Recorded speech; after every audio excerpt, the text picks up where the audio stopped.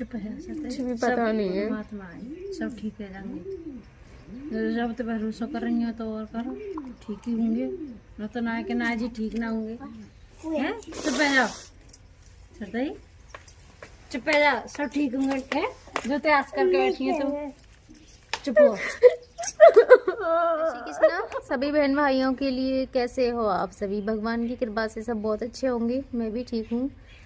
स्वागत है आपका आपकी यूट्यूब चैनल सरिता राग में। तो आपको पता है कि मेरे हस्बैंड अभी भी हॉस्पिटल में हैं और उनकी छुट्टी नहीं हुई है।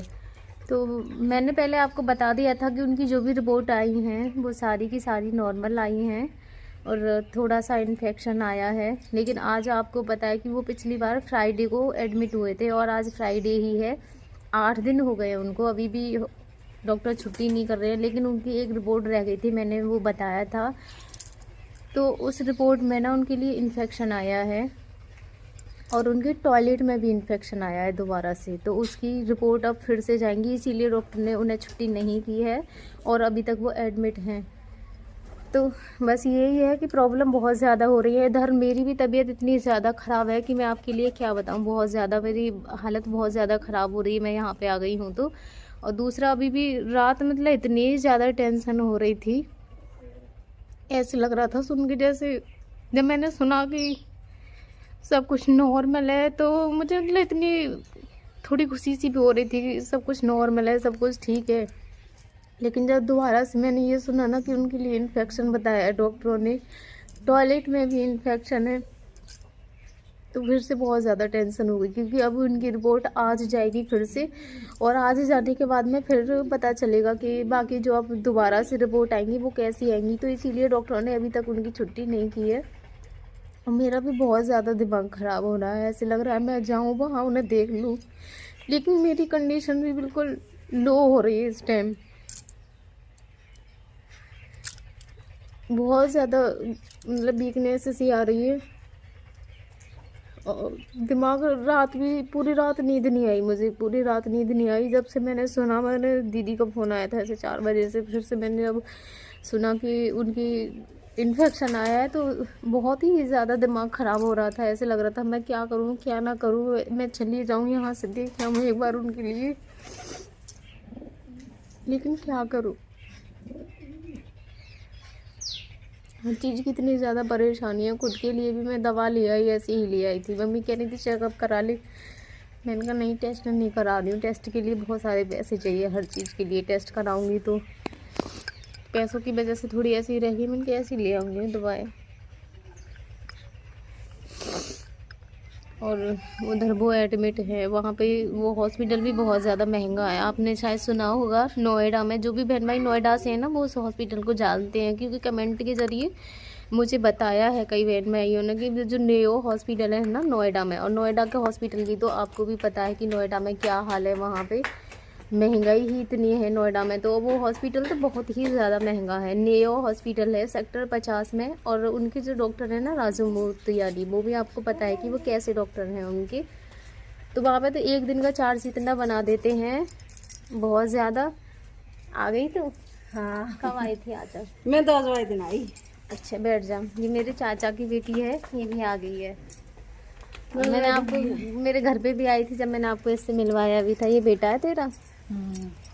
हाँ इतना बड़ा हो गया तो है गुड्डा, इतना बड़ा हो गया। तो बस ऐसे ही परेशानी इतनी ज़्यादा हो रही है, बहुत ज़्यादा हो रही है। समझ में नहीं आ रहा कि पता नहीं कब तक डॉक्टर वहाँ पे एडमिट रखेंगे, क्योंकि वहाँ पे एक दिन रखना भी भारी पड़ता है। और आज 8 दिन हो गए उनके लिए वहाँ पे। तो बस आप दुआ करना कि सब कुछ ठीक हो जाए। आज जो उनकी रिपोर्ट जाएंगी ना वहाँ पे दोबारा से बाहर जाती है कि उनकी रिपोर्ट दोबारा से कहीं और से चेक होके आती है वहाँ से। तो वहाँ से फिर अब पता चलेगा कि उनकी रिपोर्ट कैसी आई है, नॉर्मल है, कैसी है, जैसे भी है। बस आप सब दुआ करना कि सब कुछ ठीक आए और अच्छा ही आए। और आप भी प्लीज़ मुझ पर ऐसे ही अपनी आशीर्वाद बनाए रखें और अपनी इस बहन को ज़्यादा से ज़्यादा सपोर्ट करें, क्योंकि मुझे इस समय आप सबके सपोर्ट की ज़रूरत है, आप सबको पता ही है। और एक तरफ ये लगता है कि जब वो यहाँ रहते हैं ना कि थोड़ी एनर्जी रहती है कि चलो अब बहुत जल्दी से ठीक हो जाएंगे, लेकिन जिस टाइम वो हॉस्पिटल में एडमिट हो जाते हैं तो मुझे ये लगता है कि अब उनकी एनर्जी बहुत ज़्यादा डाउन हो जाएगी, क्योंकि वो जब भी वहाँ से आते हैं, आपको भी मैंने दिखाया है कि किस तरीके से वहाँ से बहुत ज़्यादा कमज़ोर हो के आते हैं। मैं उन्हें इतने दिन में यहाँ ठीक कर पाती हूँ, वहाँ जाके फिर से उनकी स्थिति वैसी की वैसी हो जाती है। तो दूसरी एक मुझे ये टेंशन रहती है, और मुझे ये और लग रहा है कि अब तो इनकी एक्टिविटी और भी ज़्यादा हो गई है, तो वहाँ पे पता नहीं कैसे क्या कर रहे होंगे। कभी कभी ऐसे होता है कि उनकी जो ईसीजी होती है ना, वो भी नशा करके जब उनकी की थी, क्योंकि वो उन्हें करने ही नहीं दे रहे थे। तो मुझे तो ऐसे लगता है कहीं ऐसा ना हो कि वो उन्हें नशा में ही रखें वहाँ पे, क्योंकि उनकी एक्टिविटी ही ऐसी है। और खाना पीना भी वहाँ पे ऐसे ही देते हैं, एक छोटा सा ग्लास होता है बस इतना बड़ा डिस्को का, उसमें ही भर के कुछ ना कुछ खिला देते हैं, बाकी कुछ भी नहीं है। और जब भी वो वहाँ से आते हैं ना, तो उनका पेट ऐसे लगा हुआ आता है बिल्कुल पतला सा, क्योंकि खाने के लिए वो लिक्विड ही देते हैं। वो तो वहाँ रोटी सब्जी वगैरह कोई कुछ खिलाएगा ही नहीं, जो भी है बस लिक्विड ही देते हैं। तो पेट एकदम ऐसे सिचका हुआ आता है उनका लगा हुआ, कि देख के भी बहुत ज़्यादा वो लगती है।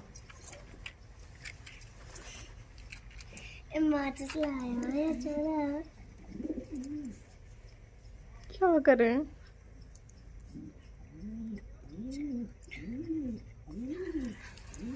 चुप है, कुछ भी पता नहीं है। परमात्मा है, सब ठीक है जाएंगे। जब तो भरोसा कर रही हो तो और करो, ठीक ही होंगे। न तो ना कि ना जी ठीक ना होंगे, हैं? चुप है जाओ सरदाई, चुप है जाओ, सब ठीक होंगे। हैं? जो ते आस करके बैठी है तो चुप हो।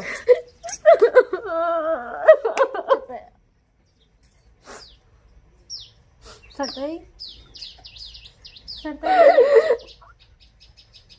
चुप चुप हो, चुप है जी जी, चुप हो बिल्कुल, चुप हो। देखो तुम बालकन में तो देखो प्लेन में है, सब ठीक हो गया वो है, इतने ठीक है ये तो न होता। चुप हो बिल्कुल, चुप हो, चुप है।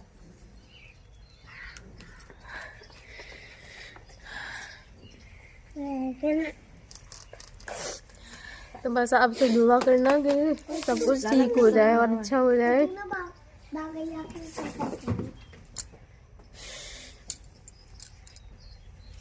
कुछ भी ठीक नहीं हो रहा है, भगवान जी भी पता नहीं जाने कब सुनेंगे। एक एक दिन कटना ना बहुत ज़्यादा भारी पड़ता है उनके बिना। बस ऐसे लगता है वो रहते हैं तो मुझे कोई टेंशन नहीं रहती है, लेकिन जब वो हॉस्पिटल में रहते हैं ना, तो उस टाइम मेरा दिमाग ज़्यादा खराब रहता है। जैसे भी है वो अपने घर आ जाएं, सब कुछ ठीक हो जाएगा।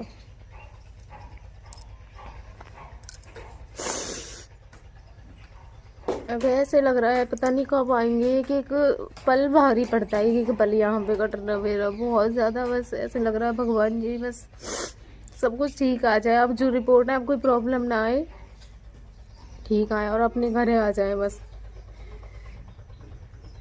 क्योंकि खाली रहती हूँ ना तो अजीब अजीब से वो आते रहते हैं मन में, एक ख्याल आता रहता है, अजीब अजीब सा आता रहता है कि पता नहीं क्या हो रहा है क्या नहीं हो रहा है। और उनके उसमें तो मैं फिर लगी रहती हूँ, मेरा पूरा दिन कब निकल जाता है मुझे भी नहीं पता होता है। रात को भी न जाने कितनी बार मुझे जगना होता है ना, कितनी बार ऐसे ही है। उनसे ही बातें कर करके अपना वो कर लेती हूँ, कुछ नहीं है तो उनसे ही बातें करती रहती हूँ, वो भी खुश होते रहते हैं। तो अब तो मुझे और भी अच्छा लगता है, क्योंकि मुझे लगता है जैसे मेरी बातों को सुन रहे हैं, मुझको महसूस कर रहे हैं कि हाँ कोई है। और बहुत ज़्यादा खुश होते हैं मेरी बातों को सुन सुन के, किसी और की हो या ना हो, लेकिन मैं बात करती हूँ ना तो आप सबने भी देखा होगा बहुत ज़्यादा खुश होते हैं सुन सुन के। उन्हें हर समय ऐसे लगता है कि ये मुझसे बात करती रहे, हर समय यही सोचते हैं कि ये मुझसे हर समय ऐसे बात करती रहे।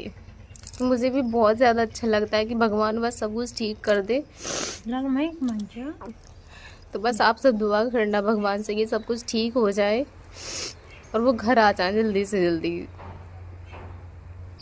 वरना मेरा भी ऐसे लगता है कभी कभी कि भगवान मुझे ही बुला ले तू और उनको ठीक कर दे बस। मैं मान जा बेटा,